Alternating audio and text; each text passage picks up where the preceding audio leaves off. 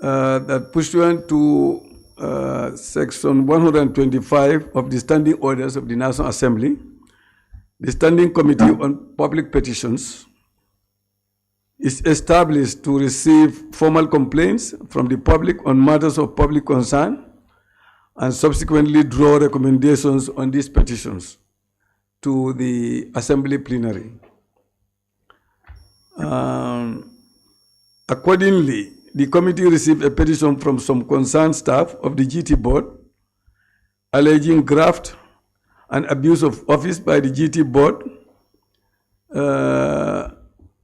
And the committee also heard from the petitioners and other witnesses as well. We've also heard from the DG of the board at different periods and other adversely mentioned persons.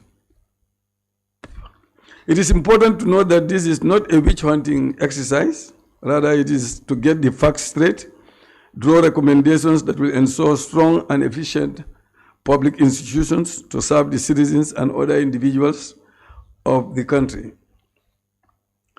We are also assured that your rights and privileges as a witness are guaranteed and enshrined in the Standing Orders of the National Assembly. Standing Order 134.1 states, every person summoned to give evidence or to produce any paper, book, record, or other document before the Assembly or any committee of the Assembly shall be entitled, in respect of his or her evidence or the production of such documents, to the same privilege as if he or she were appearing before a court. Similarly, Order 134.3 reads that an answer by a person to the question put by the Assembly shall not be admissible evidence against him or her in any civil or criminal proceedings outside the Assembly, other than proceedings of perjury brought under the criminal law. Perjury, should you say anything that is not true to us. Therefore, however, you are expected to speak the truth and not to mislead the committee, contrary to which shall be considered a contempt of the National Assembly. To remind you again that we are doing this hearing on the live. Thank you very much. Thank you, Honorable. Can you administer oath or affirmation? I think this time it will be affirmation. Yes, Mr. Fati, as part of our practices, witnesses are, like the chairperson said, expected to take an oath or affirmation before testifying before the committee. Could you kindly repeat after me? Could you kindly repeat after me, please? Okay. Yes. I, Lamin Fati, I, Lamin Fati, do affirm that I will speak the truth, I will speak the truth, the whole truth, and nothing but the truth. And nothing but the truth. So help me God.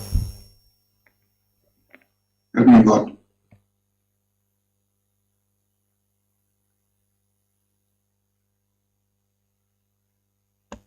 Thank you very much, Mr. Fati. I think we can commence. And yeah, the first question I would ask is to find out at what time did you actually hold the position of product director at the GT board? Can you remember the time frame? It was in 2020. 2020 or between? 2020. Only in 2020?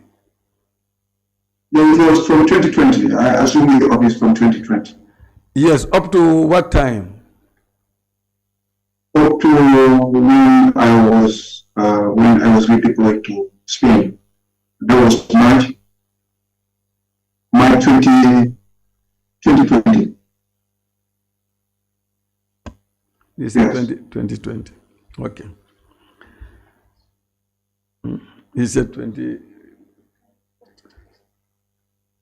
So which month did you actually commence the position of director of product? That is what I can remember actually, because I was trying to search for it. Okay. I thought like I was able to access it before the initial time that we had agreed, but unfortunately I couldn't find it. Okay, thank you. Yes, probably, I can try to get it and then get back to you on that. Okay. Yes, Mr. Fati, you've been mentioned in the petition as the director of product development at the time when the bidding was being done relating to GT board.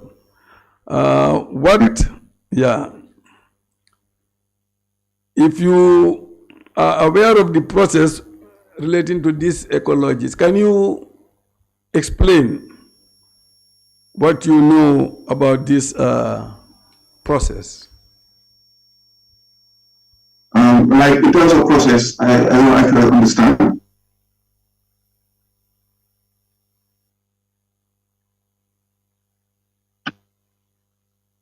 The bidding process. The bidding process? Yes. Okay, actually, I wasn't there when the bidding was taking place, because then I was on studies in Germany.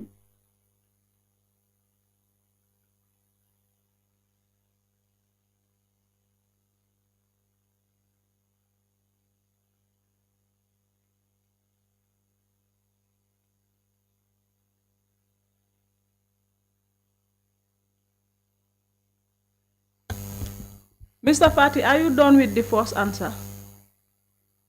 No, I thought you were writing, so that's why I'm waiting. Yeah, okay. Can I go ahead? Yeah. Just talk.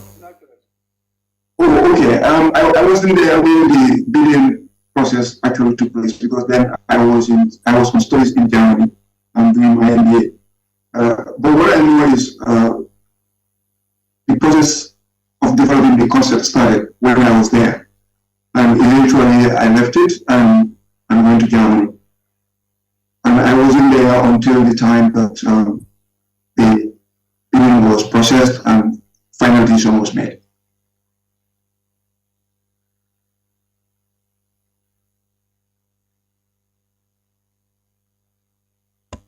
So what you are saying is that you do not know much about what transpired during the bidding process. Is that what you are saying? Yes, during the bidding process. What actually happened was, like, as the head of the department, because before I left, I was actually working with my director, then Abdoulie Bax, and we had a work plan, and that work plan was to have eco camps up country. And I knew that we developed a concept, and eventually we got a request from Ministry of Finance that they wanted to fund the eco camps. And subsequently, we developed a concept, a proposal rather, which was submitted to the Ministry of Finance. And Finance was supposed to provide funding for that. I was in those meetings at the Ministry of Finance, and I was also part of the people that also developed the concept after our engagement with the Ministry of Finance. And then I was also responsible for, after the meeting with the Ministry of Finance, I requested my staff to actually go and do a survey and develop the concept and the BOQ for the current, or for the eco camps. I was aware of that too. So it was when the concept was being finalized that I left for Germany for my MBA.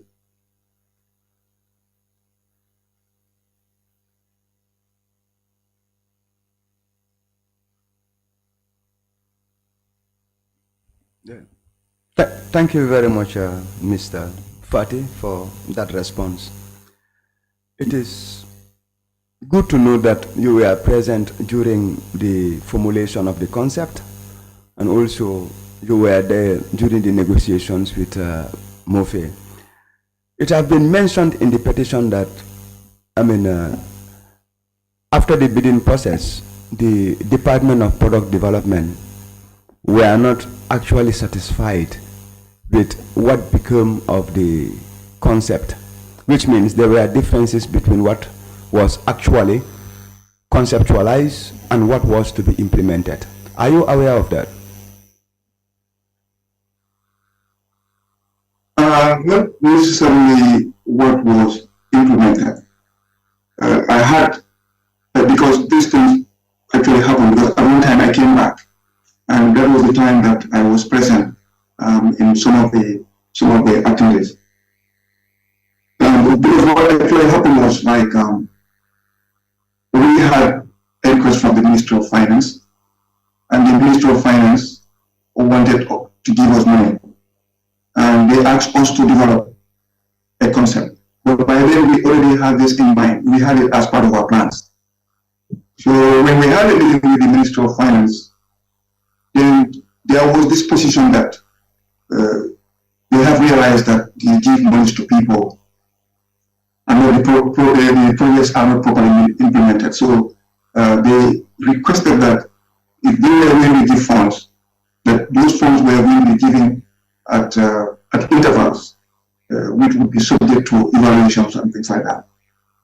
And because of that, I got concerned, and I thought that perhaps like we need to do something better, so that I won't make a mistake of accepting to be part of a project which is going to have some implications in terms of not being able to meet the standards.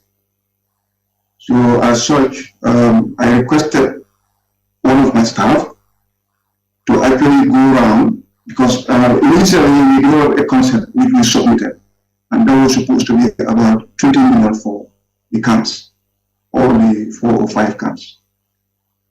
So then I asked my staff to actually go and see for themselves and get me something that is very, very reliable, rather than the one that we developed generally. And this was done. I was giving somebody, a technician that went with one of my staff, to go to all the regions and have engagements with the communities and survey the place, and then give me an estimate and a design. So this was done, and it was costed, and then I left.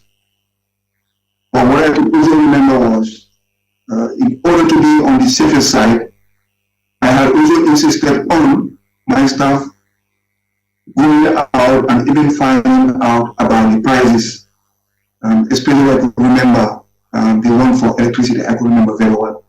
So this was done, and eventually I left.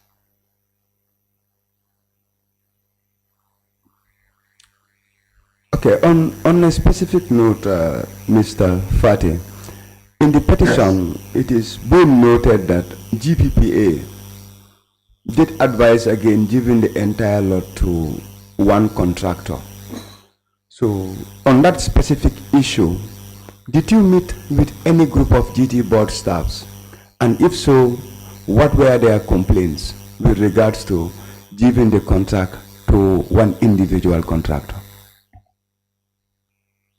Okay, and with regards to that, I think that one was a misrepresentation. Actually, that was not my position. My position was in terms of cost, because I wasn't there, as I said. I only came to be aware of the situation of awarding the contract to a company that is Leo Group, and I wasn't satisfied with that because I thought the price was not good. I thought I was not comfortable with that, so I insisted that like we need to look at it properly. So it was not actually about GPPA saying like the contract should not be given to like one company. my position was we need to review the contract because my issue was when we developed the concept, my plan and my intention was the budget line was for Ministry of Finance, it was 20 million. And before that, like at a departmental level, I had in mind $3 to $4 million per camp.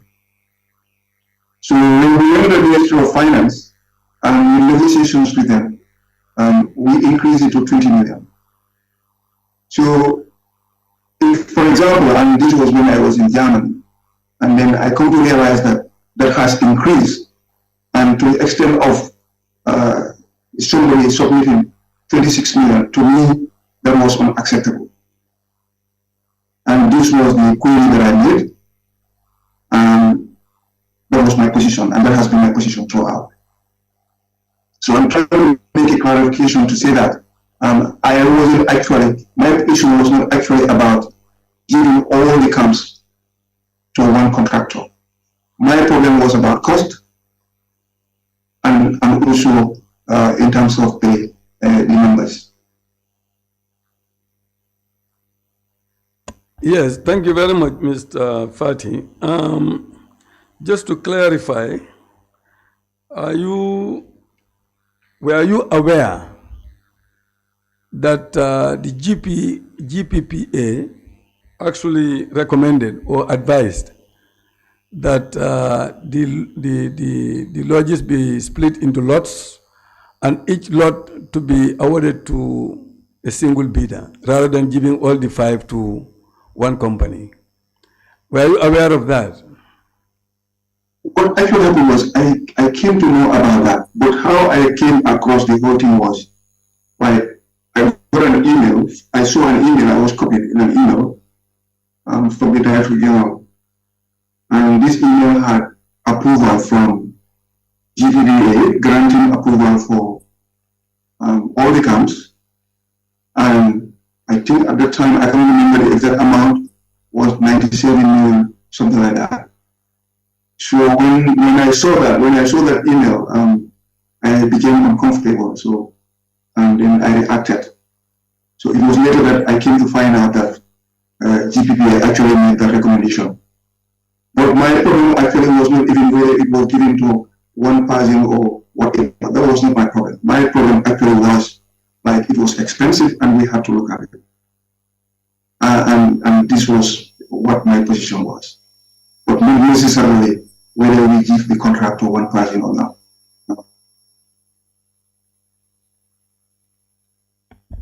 Thank you. Mr. Fati, why do you send your staffs to the field and what are the information that they gather from there? Whether they report back to you? Yes, when they reported back, they actually reported back. And the reason why I asked them to go to the field was so that as per our discussions with the Minister of Finance, who were insisting that they were not going to, their disbursements were going to be based on the progress of the project and based on an evaluation. So in that case, I wanted to have the correct thing, and this was the reason. So I made arrangements with the staff to go out with an engineer to visit all the sites, because this is not possible without visiting the sites. So we wanted to have first-hand information where we will look at the terrain and then the technician will advise us. So this technician or engineer went with one of the staff, if I could remember, I think it was Lani Boyer, who was the product development officer at the time. I think he went with another person from the quality control department. I cannot remember exactly. So they went out with this engineer to visit all the sites and do the design and cost them. Okay, I know that they came back, but by the time the whole process was completed, or the concept or the document itself was completed, I had left for studies. So I'm saying, when I left, the time that I came to know was when I was copied in an email with a letter from GPPA awarding the contracts. So I'm saying with that, because of what I was anticipating as the director of the department, and eventually, like, what came out as submissions was something that I was not comfortable with, because at the time, we had some plans for certain things that we wanted to do. So to have a submission, like for example, where we started from 3 million, and then we go to 20 with the Ministry of Finance. So that 20 will actually be for all 4 or 5 camps. So if now that increases to let's say 97 million, this was something that I found unacceptable, and this was the reason for my distress and my position to think that we actually need to review the submissions that have been done, particularly in this particular case, the layer aspect of it. Because to me, it would not make sense to say, like, we could have awarded the contract to layer. It was not what I planned for, and I thought we could have done better. That's why. Thank you very much. Mr. Fati, I believe you must have somebody who is deputizing for you. When you leave, before you leave, you started something. You started the finding, but before you end, you leave. So do you delegate this responsibility to him or her to make any follow-up or to give him or her the findings that you discover before you leave? You know, when I left, somebody was acting, because my program was for 18 months. So when I left, Alajile was acting. Alajile was acting, yes. Alajile was acting.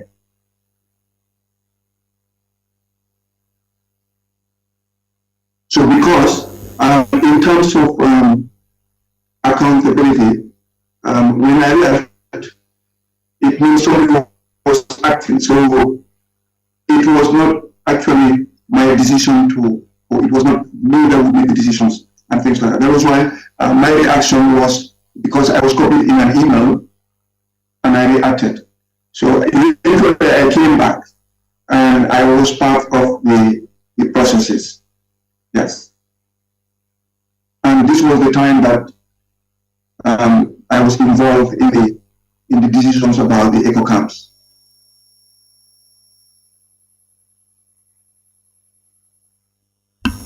Yeah, Mr. Fati, Yes. after receiving the email and then realizing that there were significant increments with regards to prices as to what you anticipated and the approval that was granted by GPPA, did you communicate your discomfort to anybody? And if so, who did you communicate it to? And what decisions were taken with regards to that? Yes, I did, in response to that email, to express my frustration and a request for a review.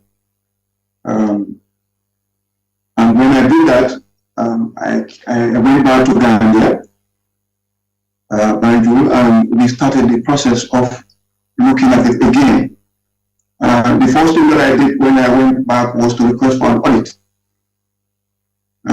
I requested for that from the Director General, which was granted. But prior to that, I had a discussion with the Director General, Mr. Heather at the time, to convince him that I thought that the bids were not reasonable, especially for there. And he listened to me and agreed, and then he accepted my request for an audit, for the Gambia Tourism Board audit unit to do an audit of the processes, and also to look at things and see what we could do. Audit did that, and a report was done. It was submitted to the Director General, and the outcome of the report was that that we should look at it again. And in fact, there was a letter that was written to that effect even before it was done, suspending the contract, pending the outcome of the internal revision that we wanted to do.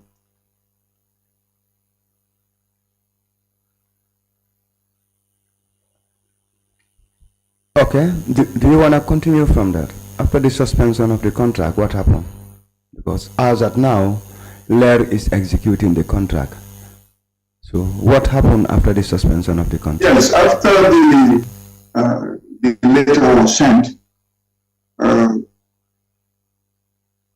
the Director General also agreed with me that the Lair submission was very high and it was unreasonable because under normal circumstances, if you have been, for example, as per the GPPA rules,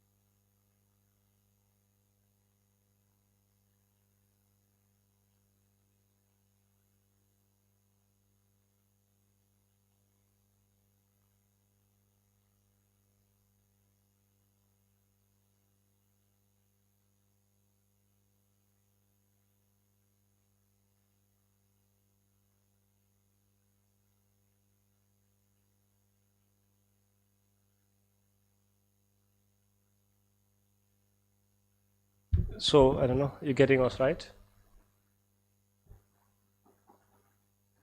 Mr. Fati, Yes. you're getting us, yeah? Are you getting me? Yes, I'm getting you very well, loud and clear. How about you? Okay. You're getting us right? Yes, I'm getting you. Thank you.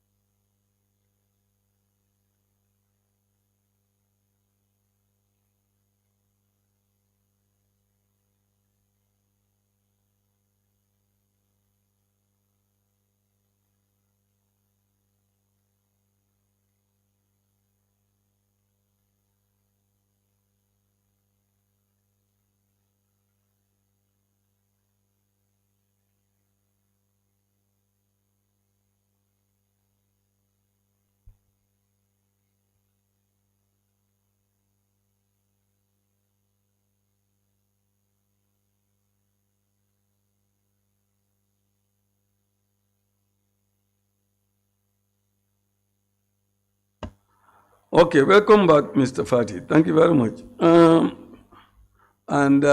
Sorry for the hitch. You were explaining. Can you continue what you were saying? It's not ready yet. Yes, what I was saying was my issue had been about the cost and how best we could improve on the cost, which was we had submissions from respective bidders, and like if no one could submit something like, or if there was a prospect of giving it on there at 26 million, I thought we could review and see what we could do. This was my position, and that was what I had been working on when I was there. Okay, Mr. Fati, where we actually stopped was that you did say when you came back, you had discussions with the then DG, Haidara, and then a review was requested, and then internal audit was asked to do an audit process. They submitted their report, and eventually the contract was suspended.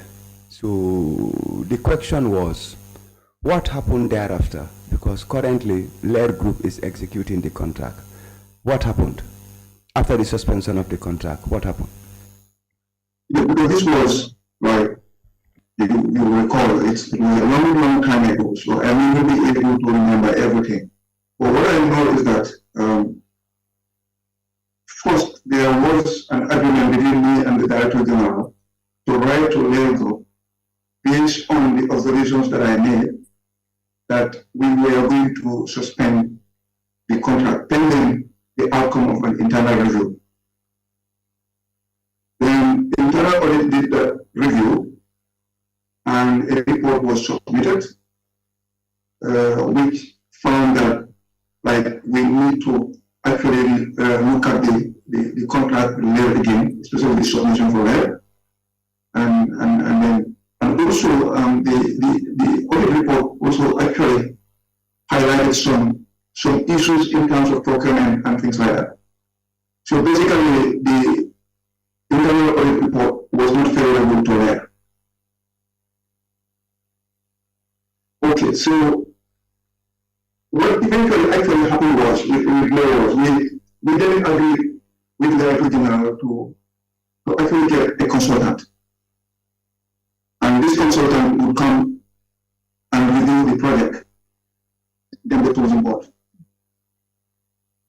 This was the time that Sarai, I could remember, I think Sarai or Semafu, something like that, was engaged to come and review the submission from there. And this was also done. The observations from that one also confirm the conclusion of the internal audit report. And if I could remember, the consultants observed a discrepancy of a significant amount of money for each project. I also remember that then eventually there was a negotiation, and I think I was only in one of those, because most of the other things that were happening, I didn't know. I didn't actually know, because perhaps like people were not comfortable, but I didn't know most of it.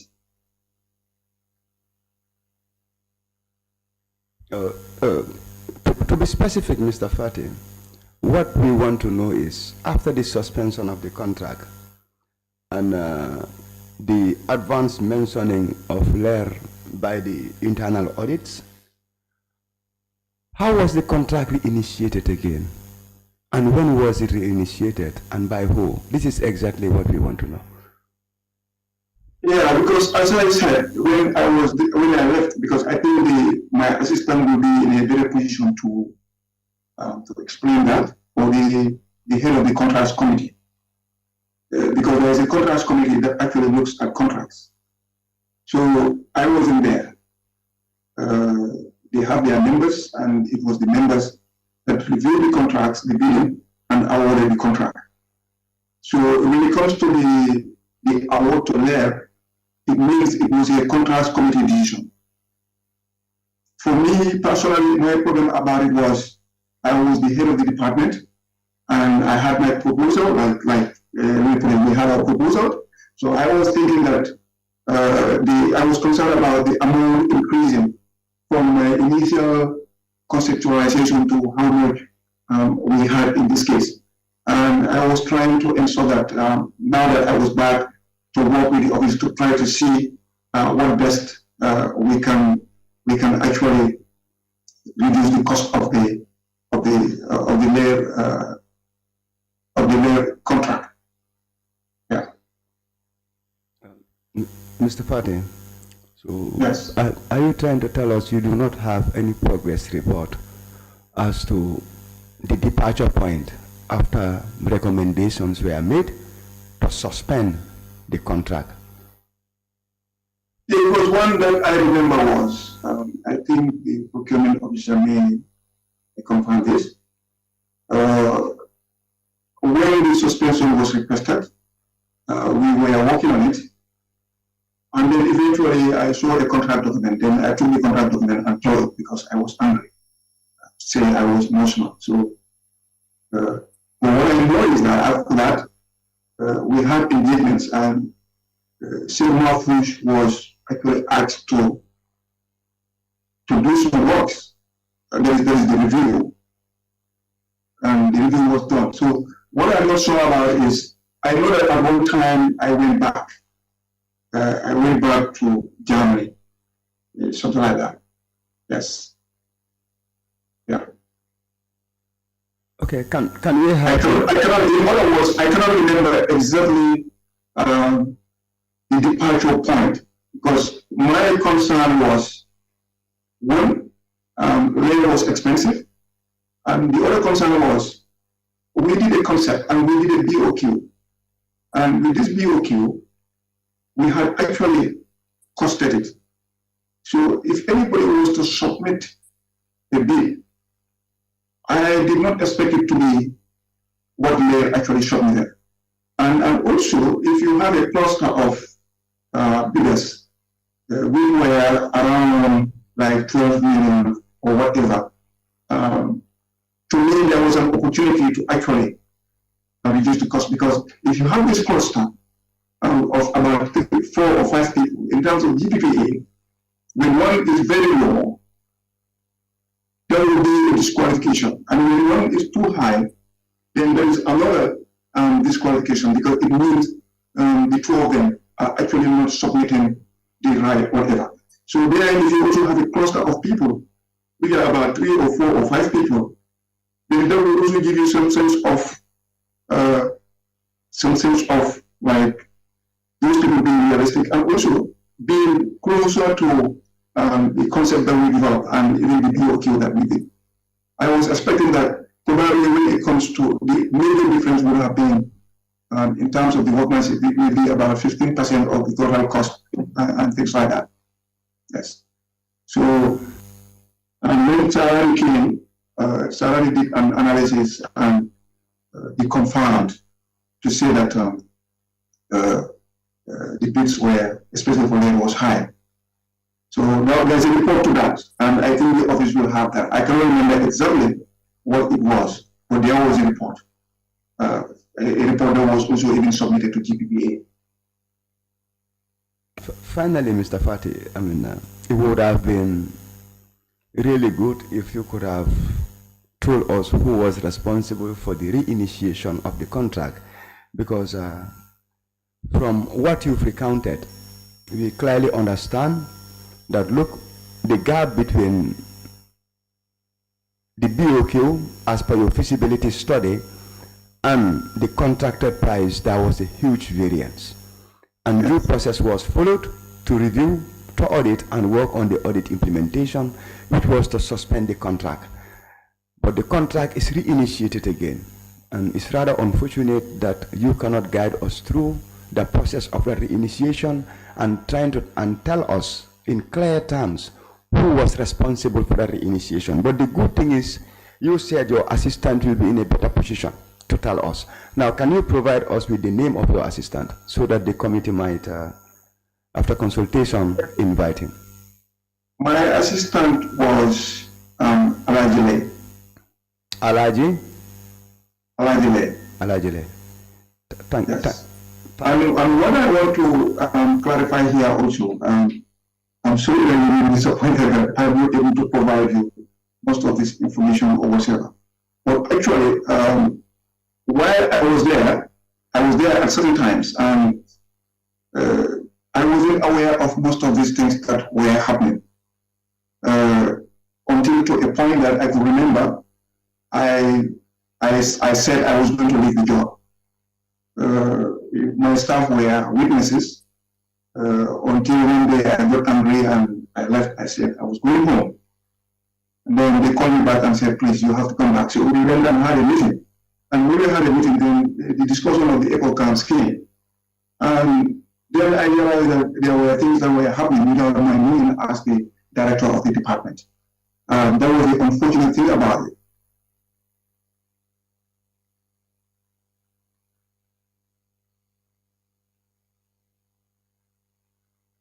You don't, you see.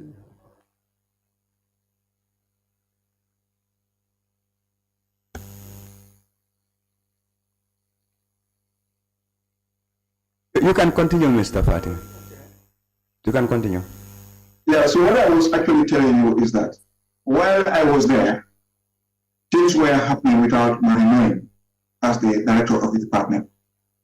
The people responsible were actually working with my staff. So I only came to realize that at certain points, when in fact I got angry and I declared that I was leaving the job, so I went home. That's what happened. But another thing that I know is that because we've been having agreements, particularly from me, and insisting on certain things. It was for several months, several months. I think 3, 4, 5 months or 6 months, something like that. We were having that push and pull. I can remember at one time, I also insisted and told the director that I even want a private person again to go and do an investigation with their debt. Eventually, I can remember, and if I may say this, there was when,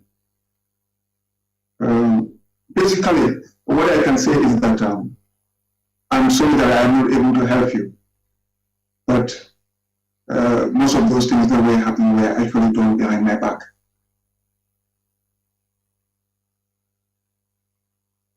And if you ask my staff, they will actually tell you that that was the reason why I even wanted to leave. Yes, thank you, Mr. Fati. Mr. Fati, Yes. let me just narrate this to you. It says the Contracts Committee, under the chairpersonship and influence of the Director of Finance, decided to award the contract to Lair Group. This decision was challenged by some concerned staff, as there is a difference of $10 million. That matter went to the GPPA, who advised that another engineer be engaged to give estimates. Two engineering firms, Fins Associates and Sheikh Mahfouz, both agreed that Lair Group's bid was too high. Sheikh Mahfouz gave a ceiling of $19 million. Can you remember this when you were there? Yes, I was there at that time when Mahfouz came. And in fact, the issue about Mahfouz was as a result of that insistence for me that we have to get somebody that will come and look at it. And in the process, it was observed that there was a variance of about 10 million. Yeah. Understand? So because of that, then they started negotiations. There were negotiations, and I was not in these negotiations. I was not, like, I was there, but I was not involved. Like, these things will happen without my knowing. Understand? And what I found out was that while these negotiations were going on, the project was expanded.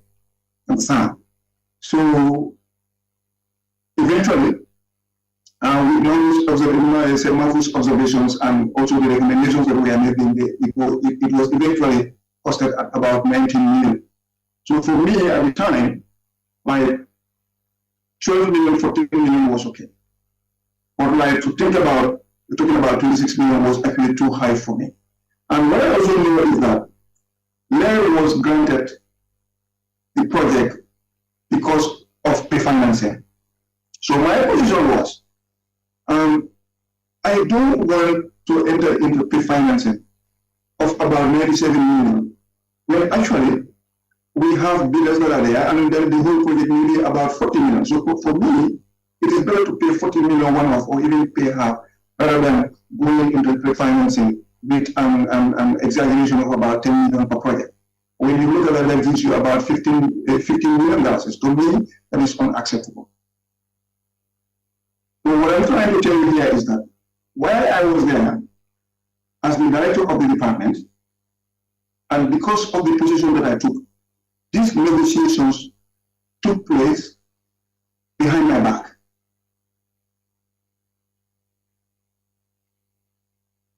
So,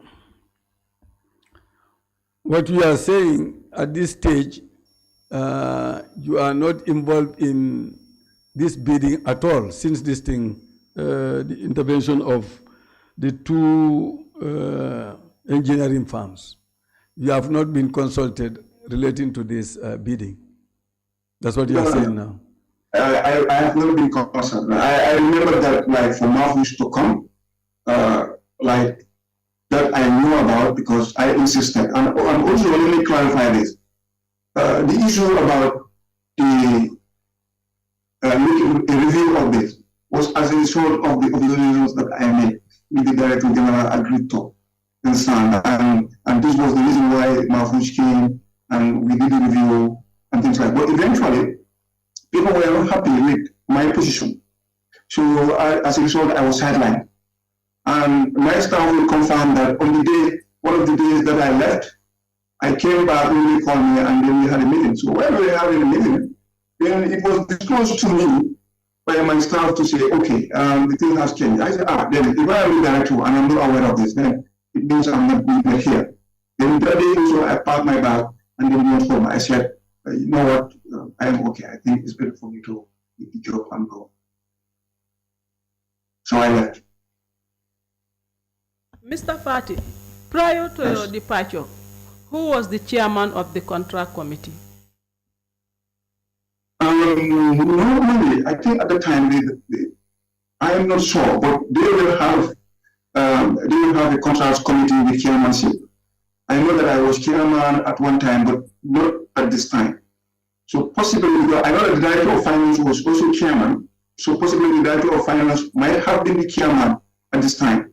But I know that I can recall seeing the signature of the contract committee members awarding this contract to them.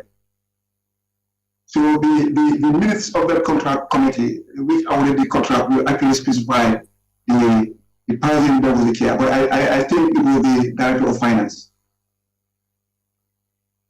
During your tenure in that office, who are normally who are the chairmen of the contract committee? It is the Director of Finance or?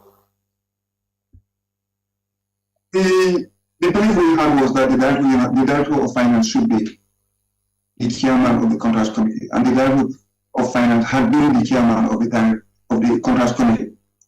It was later that we were educated by GPPA that the Director of Finance cannot be the chair. Then the Director General changed it and made me the chairman of the contract committee. And I believe from then, I think it's not the Director of Finance that chairs the contract committee. It's somebody else, either the Director General or somebody else.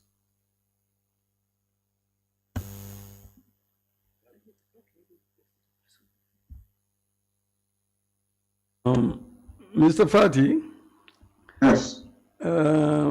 After you made the complaint, when you expressed your dissatisfaction with the bidding process, eventually GT board wrote to the Laird group putting the contract on hold pending internal review of the process, like you said. What happened after that? When the directors were concerned at the time, decided to use the COVID-19 and then ask everybody to go home.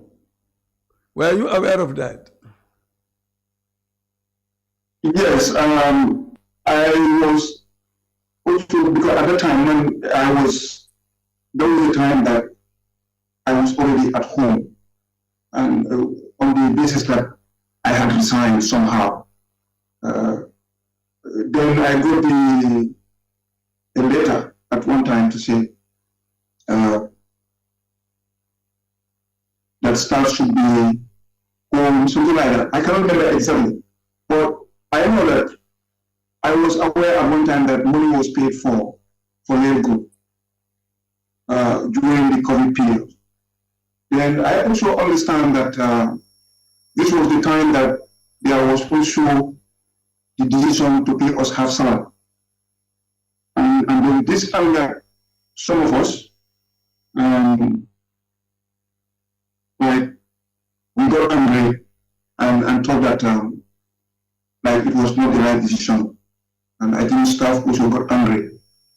Okay, but what I know is that as these things were going on, because I was home actually, then I made a decision when, apart from the half salary, we were also asked to return our cars as directors. So we were very unhappy about this, particularly myself and Adam. So we said, okay, we are going to return our cars. Let's see what is going to happen. But my assistant, Alahi, came to me. He sent me a text. I don't know whether you may have those.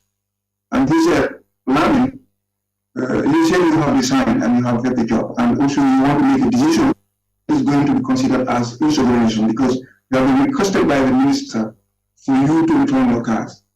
And he said, if you want to do this, this can have implications for you, and I don't want you to lose your job. So I replied back to him and said, Alaji, you know what? I have decided that I'm going to return my car, and I'm ready to get fired. In fact, you all know what I want.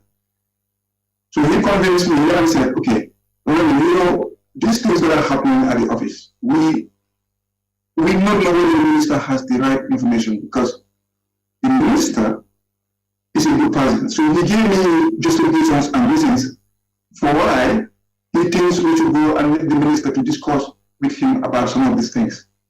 So I said, already I'm not going because you and I, we were the ones that were insisting and we are saying a lot of things.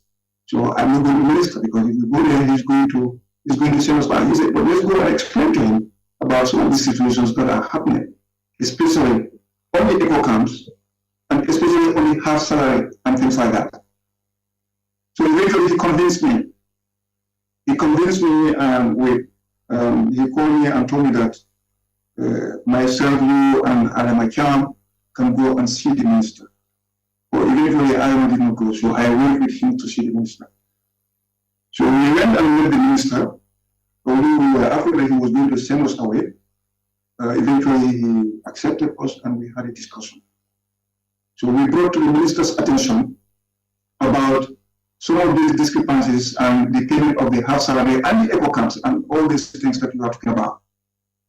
To cut the long story short, the minister listened to us and he told us that, in fact, I am not aware of this. I have really insisted that I want to know about the cost of the eco camps, and also that he didn't know it was not his intention for staff of the GD board to suffer. So then he suggested to us that we will have a meeting and discuss these things. But that they had already informed. He said it this way. He said, I have informed my principal about the eco camps, and we have laid down the foundation stones. And it's about 7 or 6 months that you people have been going round and round and round. So the problem that I have is, if you cannot resolve this issue, I no longer have time to be able to explain a principle about what is below the eco camp. So you people need to solve. Well, he said, okay, what I'm going to do, I have left a lot of things and not like in this board we are doing whatever they wanted to do, but this time I'm going to make sure that I am on top of everything. So he said, you go back with allergy. And also he said, you don't resign. I am going to take care of these things.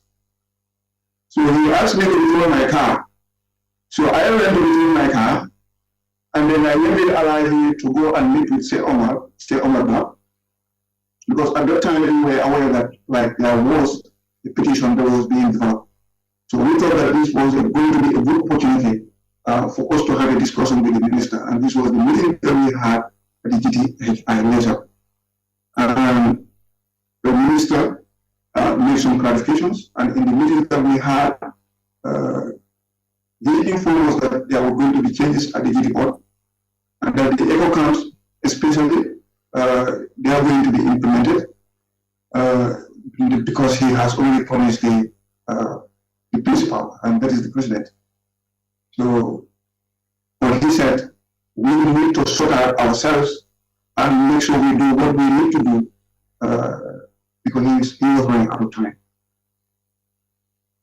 So eventually we had a meeting with the minister, and then some of us that will confess salaries were improved, where like he said he didn't know his intention was there was COVID, and for the stakeholders, it did board with all the things. So he gave us the excuses or the explanations, and to me and Alavi, we understood. So we went and had that meeting at the GTHI, and to me, I thought like we had finished everything. So I came back, and then that's the time I saw issues in social media, and basically that is it. But these are some of the things that I know about the eco campaign. Yeah. Mr. Fatih, Yes. thank you very much. Let's look at the issues surrounding, you're staying at home. Okay. As the Director of Product Development, are you hearing me, Mr. Fatih? Yeah, I'm hearing. You are hearing me, eh? As the Director of Product Development at GT Board, what is your responsibility, and how would you qualify that you have been sidelined to the extent that you wanted to resign? We want to actually know what happened around that end. I'm not getting you. I mean, you did indicate here that there was a day you walked into your office and it was your junior staff who were informing you as to what was transpiring with regards to the contracts of the archaeologists. Yes. That we don't want to say is an insubordination unless and until we hear from you. What were your duties? What were your responsibilities? What would have qualified you to be sitting in that contracts committee? And how did you qualify your sit at home and the intention to resign? Well, in fact, what actually happened was, like, first of all, I insisted that I was not going to sit. I insisted that I was not going to sit in any contracts committee meeting relating to land. So I was not sitting in the contracts committee meetings. The second thing is, while I had my staff, I was actually at work, but then it would be, sometimes you can have a situation where a superior person can call a junior person and say, okay, we want to do this, and then they will go ahead with it. And so, in terms of myself, I'm going home. Sorry. That will be about, like, I think that was about one or 2 days, something like that. Because the other one, I already made a decision to say I was going home. Then when I went until somewhere, so the staff called me and said, you have to come back. So what I mean by coming back is like, they convinced me and said, you cannot go, you cannot do this, so you have to come. So then I came back and we had a meeting. And it was in that discussion that I realized that, in fact, like one of the technicians presented to me, I mentioned about the cost of the contract. He said, no, it's not even what you are thinking. In fact, it has increased. So then he gave me an explanation. I said, how did that happen? He said, okay, this and this is what has happened. He gave me an explanation. So basically, those were what happened. One, I insisted that I will not sit in any contracts committee meeting relating to the eco camps. That's one. Two, the discussions on the engagements with the junior staff, when I talk about happening behind my back, it's about being bypassed, and we all know that this usually happens in institutions. But because I insisted that I was not going to deal with anything that relates to the eco camps, so that was used as an excuse in order to not involve, because I didn't even want to be part of it. And it was not only me. I could remember my assistant also insisted. Mr. Fati, we are having like less than 7 minutes now. What we are trying to ask here is not on personal basis. Your decision not to partake in meetings didn't emanate from a vacuum. On a professional setup at GT board, is it right to say that the director of product development should be part of the contracts committee? I didn't get that.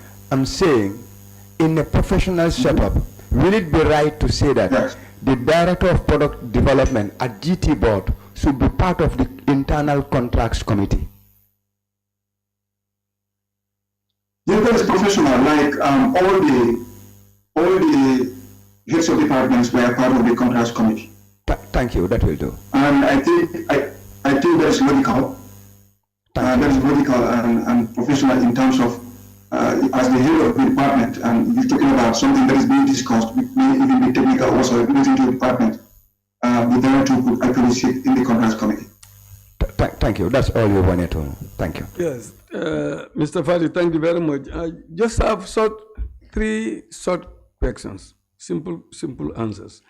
One is that when you met the minister, yes, relating to the half-salary, did he say he's not aware of it? Is that what you said? No, he gave an explanation, and the explanation was, this was COVID. It was during the COVID period, and that all the stakeholders, everybody was suffering. So therefore, like, he thought that, like, it was going to be in terms of image, that we would go by half salary and some. So according to what he explained to us, he said he didn't understand how much it was going to affect staff, because when I went there with Ali, it was to indicate to me that, look, if you pay all this half salary, people like us, we are not going to go home with anything, because it means loans will be deducted and a lot of other things. Then he said, I don't understand it like that. But in this case, I will call a meeting so that we have a discussion and I make you people to understand.